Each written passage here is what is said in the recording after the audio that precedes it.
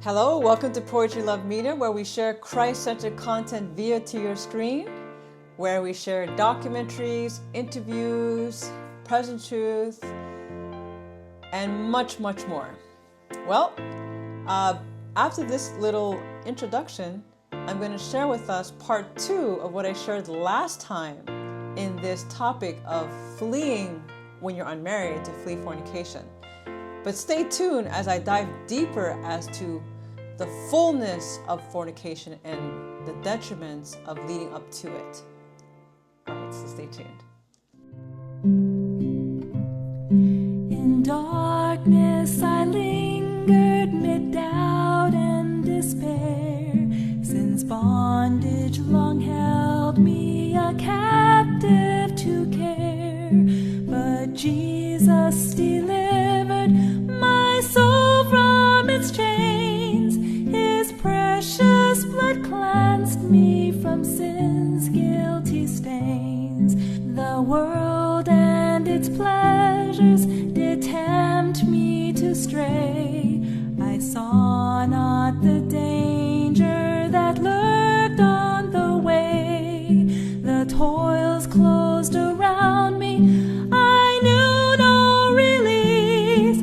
But Jesus has found me and given me his peace. Get right with God, his pardon is free. Get right with God, he's waiting for thee. Our Jesus is calling, oh come unto me. Take him, O sinner, and get right with God.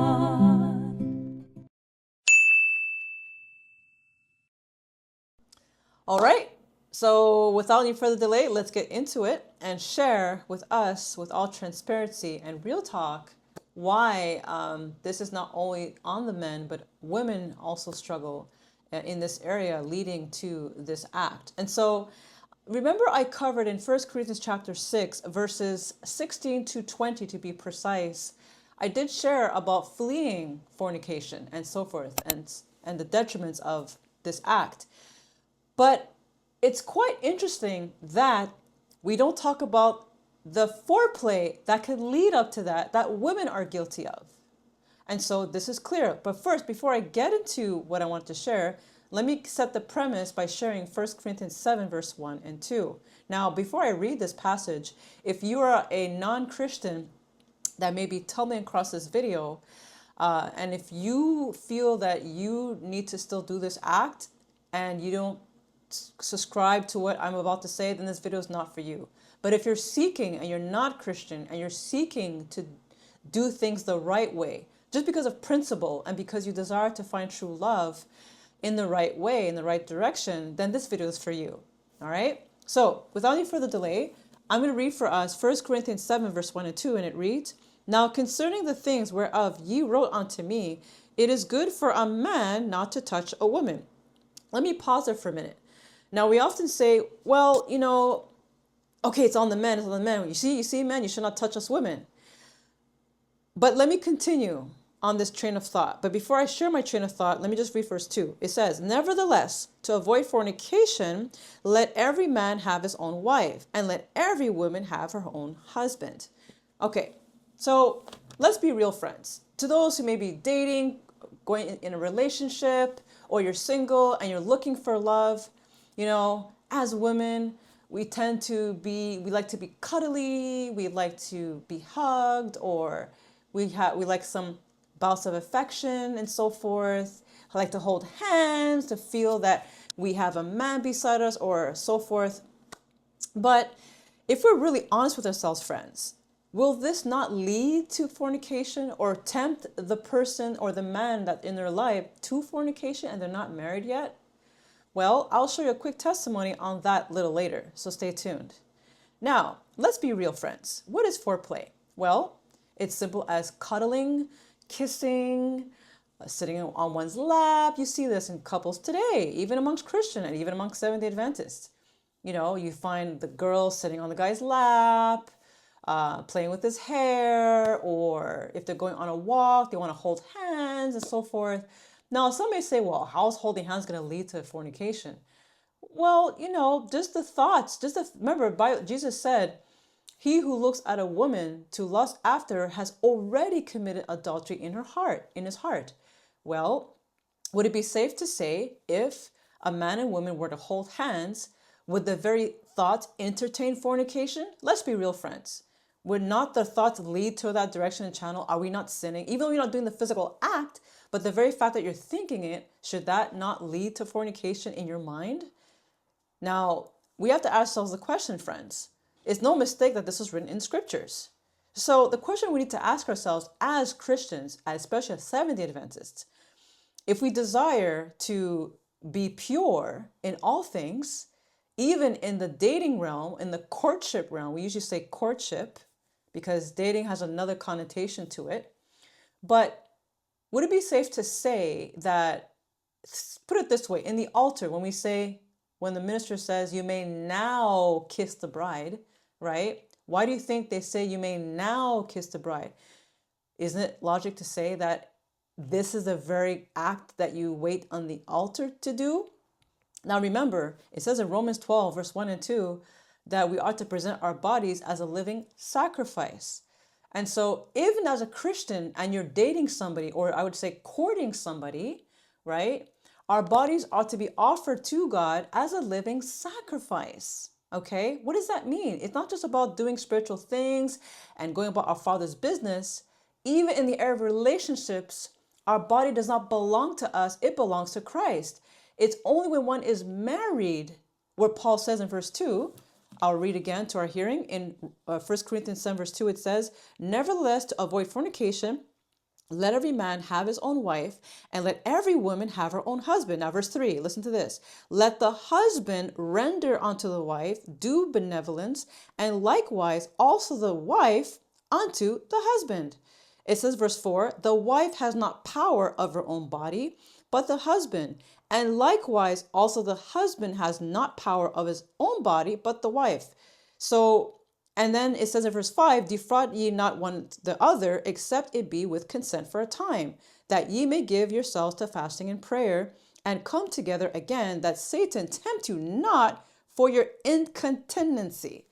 Now, keep in mind, friends, it's very clear, God ordained marriage. And if it's done, if the intimacy act is done in the spirit and order of Christ, it's obviously not going to be a selfish, but a selfless act. It's like a ministry. It's like, I shared this in my previous presentation on sexual purity. It's a ministerial act. The wife doesn't think about herself. She's seeking to please her husband and vice versa. Her body, the Bible says clearly that her body does not belong to herself, but her husband, and the husband to the wife. Now, does it mean one can abuse that in a perversion way? Yes, and there's counsels on that. But this is not what I'm talking about today. My topic for today is intimacy, physical intimacy in its proper place and in God's order. And those who are not married, this is why it says at the altar, you may now kiss the bride. Let me ask you a question. Why do you think the bride wears a veil? Do you know that in the biblical times, a woman, she has a veil on her face because she has not known the man? In Adam and Eve, where it says Adam knew Eve and then she conceived. Know is intimacy. He knew his wife and she conceived. What does that tell us, friends? They were married. That was God's first marriage instituted in Eden. Adam knew his wife and then she conceived. Well, in order to have a child, you have to be what? Physically intimate. You get the point. And so this is what God is referring to. And so back in the biblical times, virgins, right, they were not forward with the men that God chose. Is oftentimes the man, God is himself, had brought the woman to the husband, or the husband to be, I would say, and she would cover her face. Actually, when they get married, she would not even see the man before they actually get married. She has a veil. That's deep. That's another topic by itself.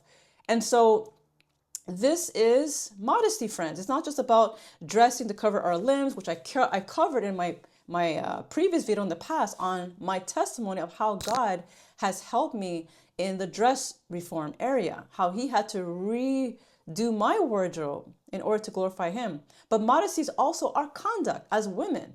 How are we to conduct ourselves to the men? You know, we often say we ought to be our brother's keeper.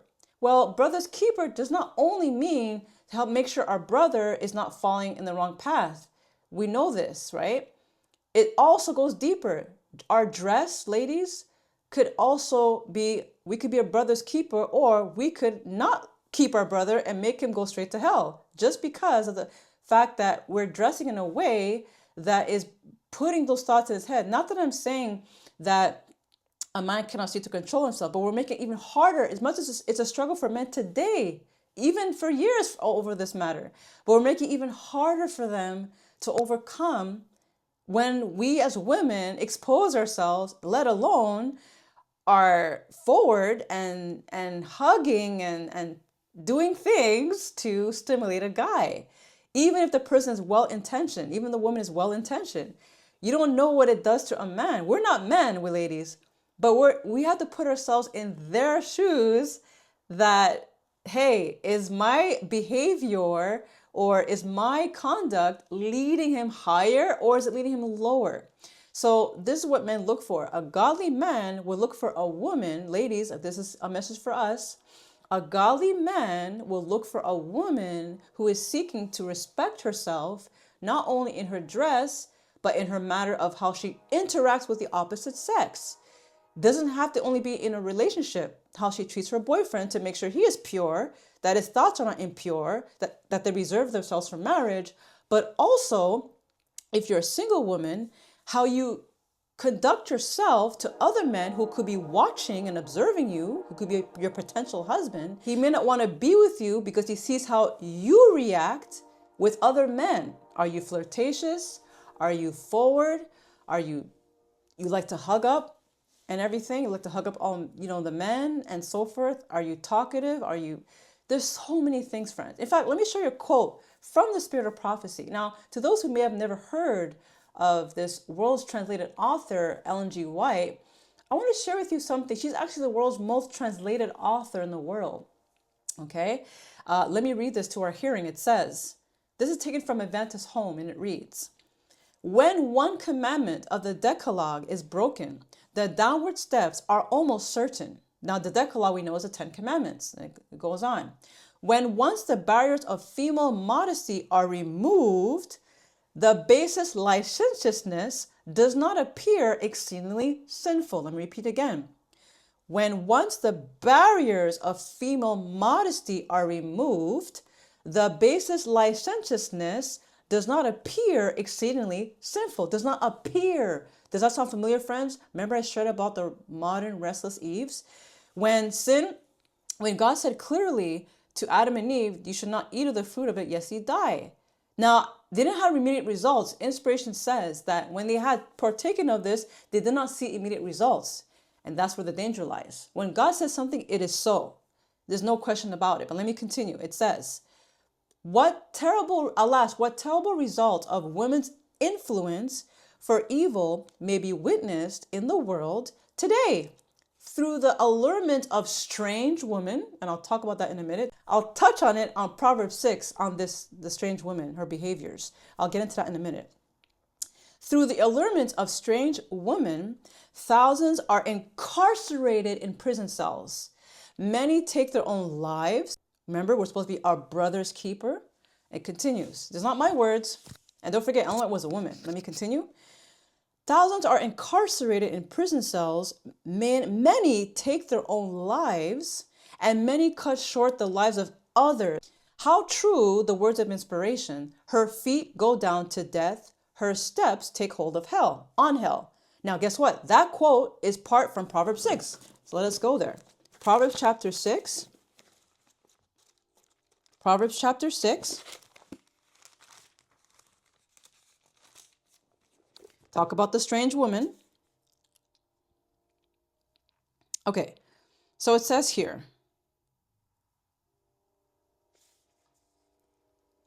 Proverbs chapter 6, verse 20, it reads, my son, keep thy father's commandments, and forsake not the law of thy mother. Bind them continually upon thine heart. Remember, we talked about the commandments. We read the quote earlier. and tie them about thy neck.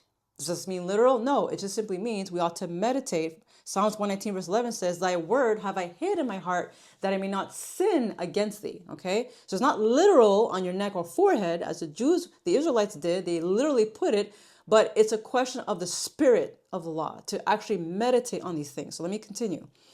Verse 22, when thou goest, it shall lead thee. When thou sleepest, it shall keep thee. And when thou awakest, it shall talk with thee. For the commandment is a lamp, and the law is light. And reproofs of instruction are the way of life, to keep thee from the evil woman, from the flattering of the tongue of a strange woman. There you go, strange woman. It's given a description of the strange woman. It goes and continues. Verse 25. Lust not after her beauty in thine heart. Wow. Could it be that Solomon understood the concept of what men struggle with? Let's continue. Neither let her take thee with her eyelids. I will touch on a touchy subject. Let's look at makeup. I had a guest on my show on my channel about dress reform, but also about what makeup does, the health effects of it. But it goes further. When you put like mascara or eyeliner on your eyes, what does it do? Or a blush, when you put some rosy cheeks. But let's talk about the eyes, right? It says, neither let her take thee with her eyelids. Some women like to put eyelashes, right? We're talking about Christians here. I'm not talking about the people in the world. I'm addressing Christians here. There are Christians who wear makeup. Why? What is your motive when you wear it? Is it to attract, allure men in that direction? Right? Now let's continue. Verse 26. For, there's the word for, by means of a whorish woman, a man is brought to a piece of bread, and the adulteress will hunt for the precious life. Verse 27. Can a man take fire in his bosom and his clothes not be burned? Can one go upon hot coals and his feet not be burned? Verse 29.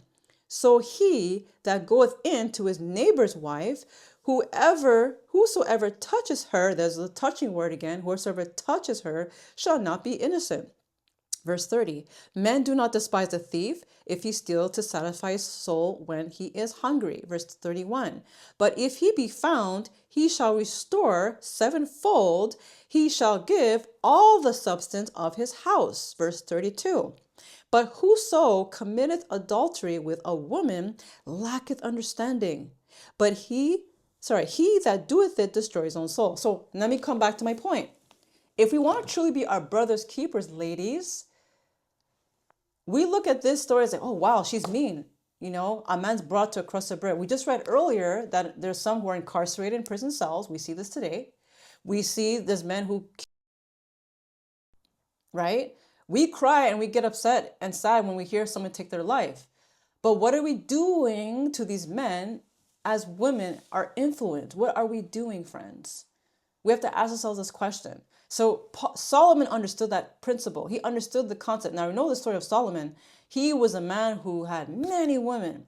He had many concubines. But what destroyed him?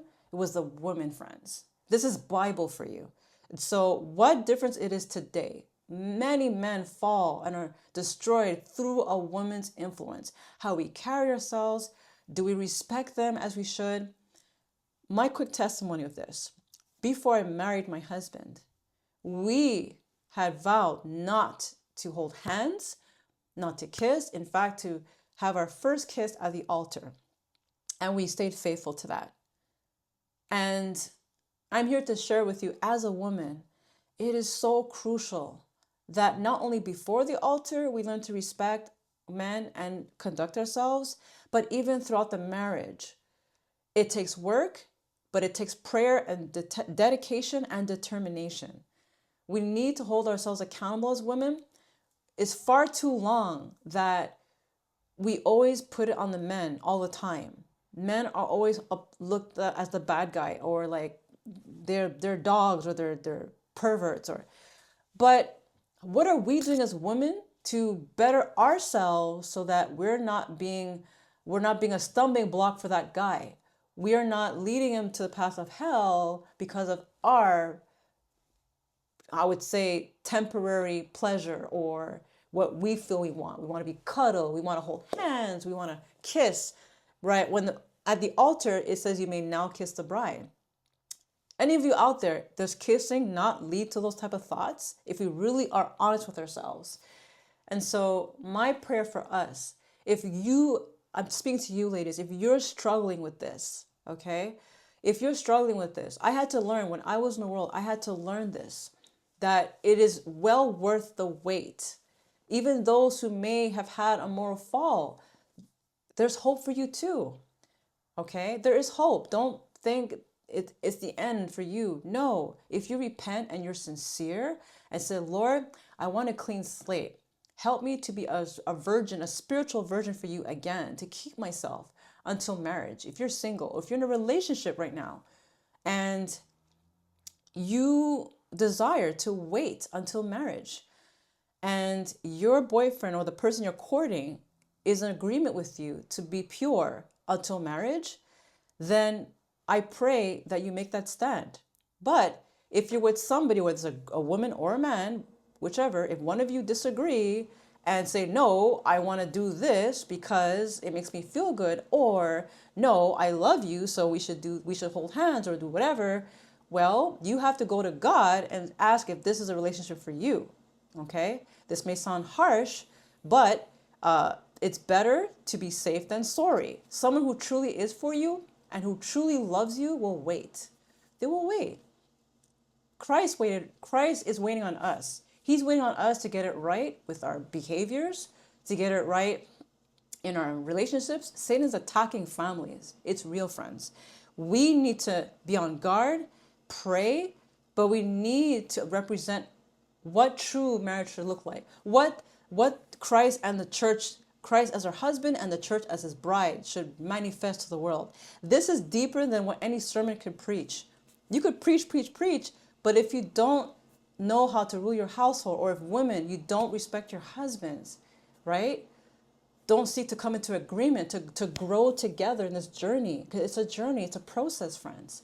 But if you're willing to make that step and to work it out, it's worth it, and it takes much dedication and prayer. But this is what Satan hates, and he will attack families. If that is you and you desire a clean slate, it's not too late. All right? So that's it. I hope and pray that this video, it didn't felt like you were condemned, but more so an exhortation to raise awareness that we need to do better as Christians, and especially as Seventh-day Adventists, because we're not exempt. All right, so if you're new to this channel, feel free to like, share, and subscribe. Please share this video to raise awareness and to get that algorithm going, because this is a serious topic that is not often taught in church. And if you have a comment you want to share, how God has helped you, or you desire prayer in this area, feel free to comment below. I read the comments. I will read them and I will pray over them as well. So thank you once again for your love and support. God bless you, and bye for now. Get right with God, His pardon is free. Get right with God, He's waiting for thee. Our Jesus is calling.